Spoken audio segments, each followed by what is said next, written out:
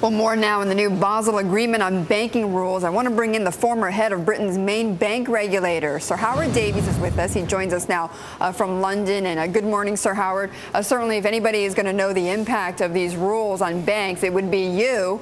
And we had somebody on earlier, Dennis Gartman, who says, look, this is just plain silly. You are basically, not you per se, but the European bank regulators, or Basel itself, the committee there, is essentially kicking down the can of these capital requirements to another group of officials later. They're just not dealing with the situation now. Would you agree? No. It's nice to have the certainty of Dennis Gartman, but what the banking regulators have had to do, and this is global, not just European, of course, sure, is they've had to balance three things. One, the need to make the banking system more resilient in the long run so that we don't get the kind of casualties we had in the crisis. On the other hand, they don't want to kick into bankruptcy banks that might be viable as the crisis works its way through. And also, on the third hand, if you follow me, that they want to ensure that the banking system can provide credit to allow the economy to get moving. So this is a difficult task. And I think what they've adopted is the approach made famous by St. Augustine, who said famously, "Oh Lord, make me chaste, but not yet."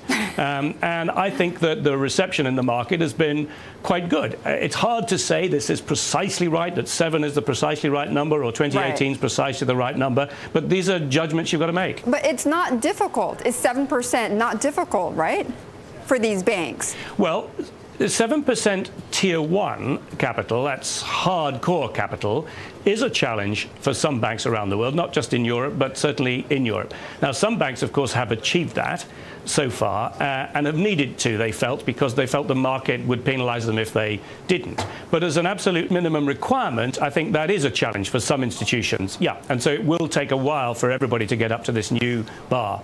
Okay, but if it is a challenge, and if there is this 9 or 8 year gap essentially before these rules are put in place, then does that leave open the chance, as Dennis Gartman would say, and I'm sure others would agree with him, that these rules could then change, could get watered down, that the 7% capital ratio could then be reduced?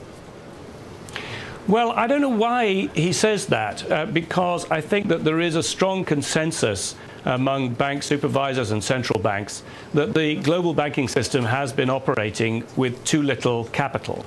And I think, in fact, all the pressure will be to increase this 7%. Indeed, we already know that for some of the biggest systemic, too big to fail institutions, they're likely to have a supplement.